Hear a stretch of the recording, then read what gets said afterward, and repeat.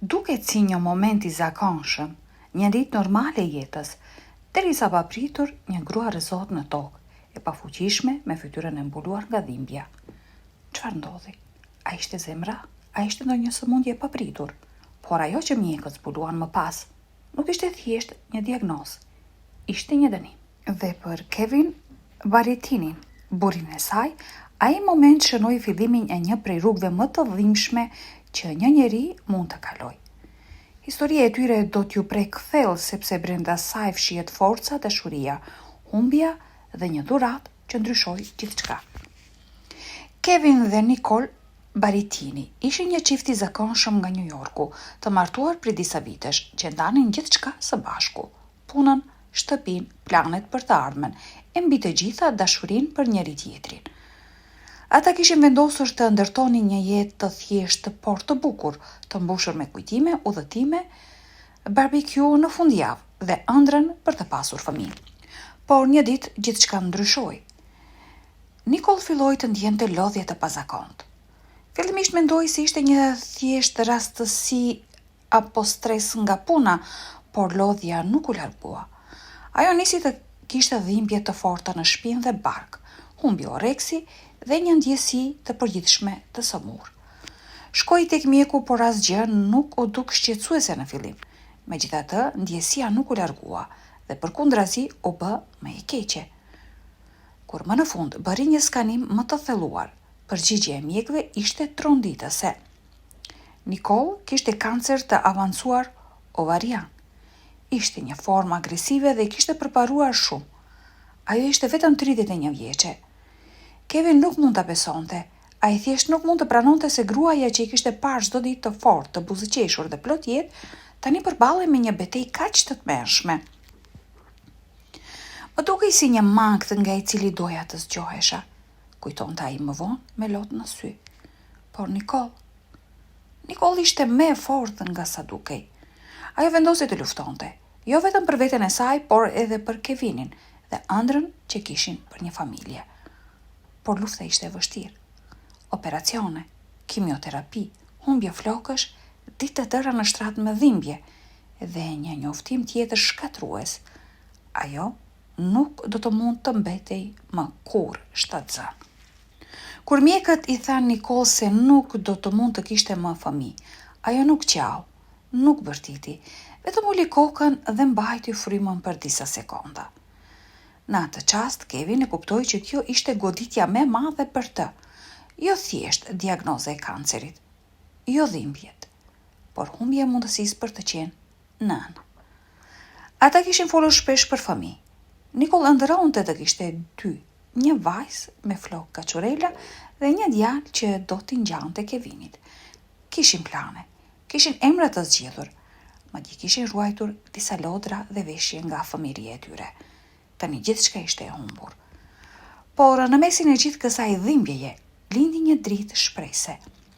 Mjekët sugjeruan që nëse Nicole do të pranonte të hiqte vezorët dhe mitrën për të shpëtuar jetën, mundësia e vetme për të pasur fëmijë do të ishte nëse do të ngrinin vezët e saj dhe të përdornin një surrogate, një grua tjetër që do të mbante fëmijën për ta. Ky nuk ishte as pak një vendim i lehtë, përveç dhimbjes emocionale. Procesi ishte i shtrejtë dhe kërkonte kohë, por Kevin dhe Nicole vendosën të mos hiqnin dorë. Ajo ju nënshtrua një procedure për të ngrirë vezët dhe më pas në një operacion të gjatë dhe të rrezikshëm, mjekët i hoqën vezorët dhe mitrën. Nicole kishte humbur aftësinë për të mbajtur jetë brenda vetes, por ajo nuk kishte humbur dëshirën për të qenë nënë. Tani çifti kishte një tjetër sfidë përpara, të gjeni një grua që do t'u dhuronte trupin dhe zemrën e saj për të sjellë në jetë fëmijën e tyre. Dhe këtu hyn një emër i papritur. Liana. Liana kishte qenë shoqe me Nicole për vite me radhë.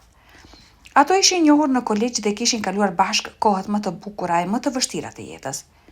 Liana e njihte mirë betejën që Nicole dhe Kevin po kalonin dhe i kishte parë me sytë e saj shkatrimin që kjo kishte shkaktuar në shpirtin e Nicole. Një ditë, ndërsa po pinin kafe në kuzhinë, dhe Nicole i tregonte mes lotësh që kishin ngrirë vezët dhe po përpiqeshin të gjenin një surrogate, Lian u kthye nga ajo dhe tha që Nicole nuk e kishte pritur kurrë. Unë dua ta bëj. Dua të mbaj unë fëmijën tënd. Nikol qeshi. Ajo mendoi se ishte një shaka, por kur pa fytyrën serioze të Lianës, kuptoi se ajo po fliste me gjithë zemër. E ke seriozisht?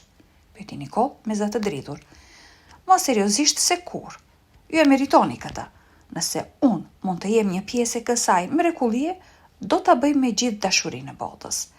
Kevin dhe Nikol nuk dinin çfarë të thoshin. Ishte një ofertë kaq e madhe, kaq e shenjtë, saqë fillimisht nguruan ta pranonin. Por pas disa javësh reflektimi dhe konsultimi me mjekët dhe avokatët ata pranuan. Procesi fekundimit in vitro u krye me sukses. Mjekët transferuan një nga embrionet e ngrira të mitrës së Lianës dhe pas disa ditësh pritjeje të ankthshme doli pozitive. Ajo ishte shtatëzën. Kur Nikol ndëgjoi për herë të parë rrahjet e zemrës së bebes në ultratingull, sytë ju mbushën me lot. Jo nga trishtimi, por nga mirënjohja e pafundme. Nuk je ti që po e mban këtë fëmijë, por është zemra jote që po ma jep mua një jetë, i tha një ditë Lianës, duke ia shtrënguar dorën fort. Por historia nuk përfundoi këtu. Muajt kaluan dhe shtatzania e Lianës po shkonte për mrekulli. Nikol dhe Kevin ishin pranë saj çdo hap të rrugës. Ajo nuk ishte thjesht një surogate, ajo ishte engjulli i tyre, gruaja që po mbante në bark ëndrrën e tyre më të madhe. Nikol ndjente gjithçka si një ëndër. Ajo blinte rroba për foshnjën, e regjistroi në kurset e prindërimit dhe çdo mëngjes zgjohej me ndjesinë e shpresës që kishte humbur për vitesh. Kevin nga ana tjetër ishte bërë më i butë, më i qetë dhe çdo natë fliste me barkun e Lianës sikur të ishte aty fëmia i tij. Dhe një ditë një lajm që askush nuk e priste. Jo një, por 2 fëmijë ishin binjak. Nikol nuk mund ta besonte. Ajo që dikur dukej si një betejë e humbur tani po kthehej në një mrekulli të 2 fysht. Binjak, tha ajo duke buzëqeshur me slotësh. Po, tha mjeku, një djalë dhe një vajzë. Në atë moment Kevin dhe Nikol u përqafon fort dhe qeshën si fëmijë. Pas gjithë dhimbjes, dështimeve dhe netëve të pafundme me lot, jeta më në fund po a kthente me dashuri. Liana, edhe pse përjetonte ndryshime të mëdha në trupin dhe jetën e saj, nuk u ankua asnjëherë. Ajo e dinte çfarë po bënte dhe për kë po e bënte. Çdo ditë më shumë, lidhja mes tyre po bëhej më e fortë se kur. Ato nuk ishin thjesht mike, ma ishin familje. Ndërkohë që data e lindjes afrohej, emocionet ishin të përziera. Nikol kishte frikë. Frikë nga e panjohura, frikë se mos ndodhte diçka e keqe, por më shumë se gjithçka, ajo ndjente shpresë.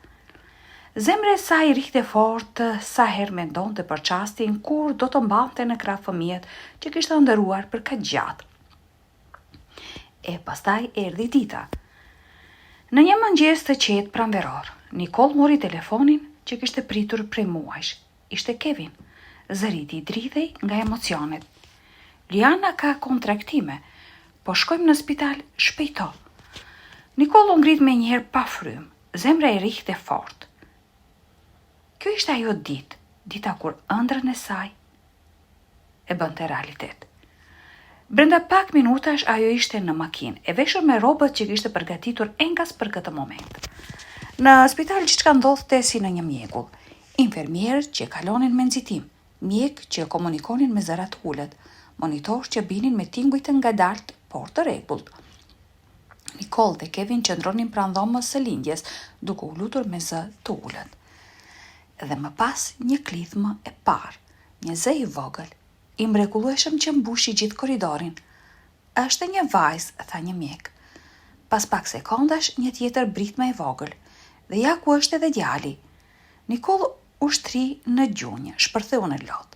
Kevin e mbajti fort dhe të dy qanin pa turp. Ishin lot shprese, dashurie dhe triumfi. Kur mjekët u asollën të vegjlit, Nikol i përqafoi për herë të parë. Ajo i kishte ndëruar këto fytyra për vite me radhë. Tani ata ishin të vërtet, ishin aty. Faleminderit Liana, tha ajo duke mbajtur syt tek ajo që qëndronte në shtrat, e lodhur por e lumtur. Ti nuk më dhurove vetëm fëmijë, na dhe jetën. Liana buzëqeshi me lot në sy dhe tha, ata janë tuajt, dhe ju do të jeni prindër të jashtëzakonshëm. Ditët pas lindjes kaluan si në ëndër. Nicole dhe Kevin e morën shtëpinë me aromë të re, me 2 fëmijë që mbushnin çdo cep me zëra, me frymëmarrje të buta dhe me një dashuri që se kishin njohur kurrë më parë. Emrat që zgjodhën për benjakët ishin të mbushur me domethënie. Vajzën e quajtën Lili, një simbol i pastërtisë dhe shpresës që Nicole kishte ruajtur për vite me radhë. Djalin e quajtën Kai, një emër që simbolizonte forcën dhe qetësinë, 2 cilësi që i kishin ndihmuar të kalonin periudhën më të vështirë të jetës së tyre. Luana i vizitonte shpesh, por gjithmonë ruante distancën me një dashuri të butë e respektuese. Nuk ndërhynte kurrë si nën, por si një engjëll roje që kujdesej nga larg. Nicole i dërgonte fotografi çdo javë, edhe Luan qante çdo herë që shihte fytyrat e vogla që ajo kishte mbajtur në trupin e saj për 9 muaj. Një ditë, Nicole dhe Kevin vendosën të organizonin një ceremoni të vogël në oborin e shtëpisë për të festuar këtë kapitull të ri të jetës. Ata ftuan miq dhe familjar më të afërt dhe në mesin e tyre qëndronin më pranë ishte edhe Luana. Kur Kevin mori fjalën, zëri i tij u drodh nga emocionet. Ky rrugëtim ka qenë i mbushur me dhimbje, por edhe me mrekulli. Ne jemi këtu sot sepse një njeri vendosi të dhuroj veten për ne. Luana, ti nuk je thjesht mikja jon, ti je pjesë e familjes son për gjithmonë.